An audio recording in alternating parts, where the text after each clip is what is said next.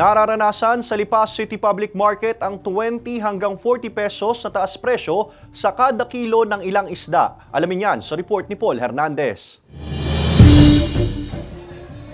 Tumaas ng 20 hanggang 40 pesos ang presyo ng kada kilo ng tulingan, galunggong at dalagang bukid sa palengke ng Lipa City.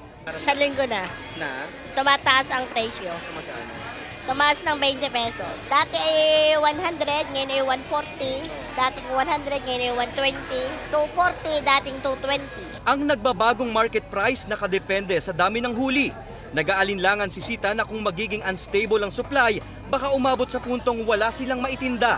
Sagana, noong panahon kanina talagang sagana.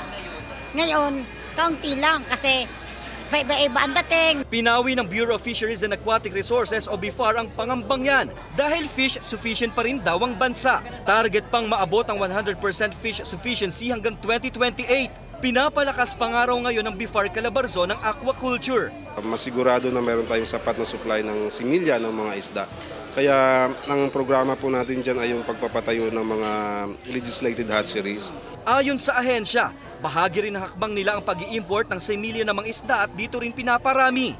Nakatutulong daw ang implementasyon ng closed fishing season, gaya ng isinasagawa sa lawa ng Taal. Attaining the fish sufficiency target, kailangan nating i-balance yung pag-extract natin sa ating resources at yung pag-maintain natin po ng kanilang survival. Unti-unti na rin daw itong niyayakap ng ilang mga mangingisda. Samantala, ang mga nararanasang pag-uulan sa ibang lugar sa rehiyon ang nakakaapekto naman sa taas-babang supply ng isda sa pamilihan.